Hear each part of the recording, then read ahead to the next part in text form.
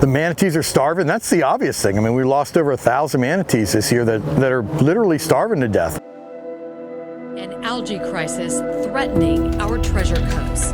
A cycle of despair and disgust amidst promises made and broken. Billions of gallons of water are rushing from Lake Okeechobee to our coastline.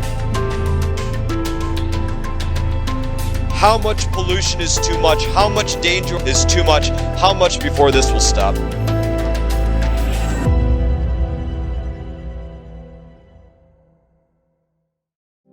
These estuary habitats, the estuary is that mixture of salt water from the ocean and fresh water from the natural tributaries of the river system, and they come together in an estuary.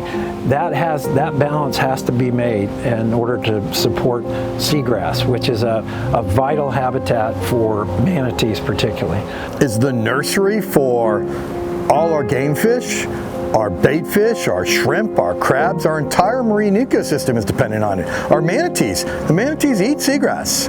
Well, so 10 years ago, all our grass died. You know, I always kind of laugh at the idiots that try to justify that it's okay to dump toxic water out of Lake Okeechobee into the coast. And the justification that they always try to use is to say, well, you know what? There are septic tanks in the area that might allow dirty water into the waterways, and there could be runoff from houses or golf courses or other places.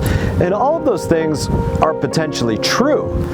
But just because there's something harmful that happens from one place, that doesn't mean that it's an excuse to dump the most massive amount of toxic water coming out of Lake Okeechobee into the coastal estuaries. It is the constant discharges that happened in 2013, 2014, 2016, 2018. There's no sunlight coming through because there's so much sediment and phosphorus and nitrogen causing the algae blooms that the grasses can't grow. There's no grass to eat.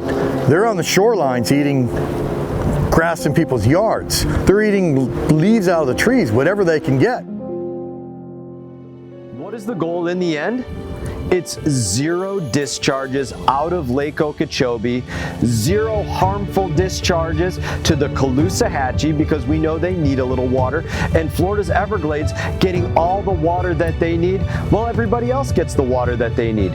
But in order to do that, the Corps of Engineers cannot start from a place where they demand crapping on Florida's East Coast by dumping toxic water on Florida's East Coast in order to give farmers everything that they want. Now, the alarming number of deaths has triggered a movement in Congress to help these beloved creatures. There's a bill going through Washington that would send more of Lake Okeechobee's water south to hopefully lessen algae on that coast. The thing to do is we got to get the water quality right. We've got to get the water right by how much water, what timing, what quality of the water, and so we have to get that all right in order to protect those habitats that are vital to manatees.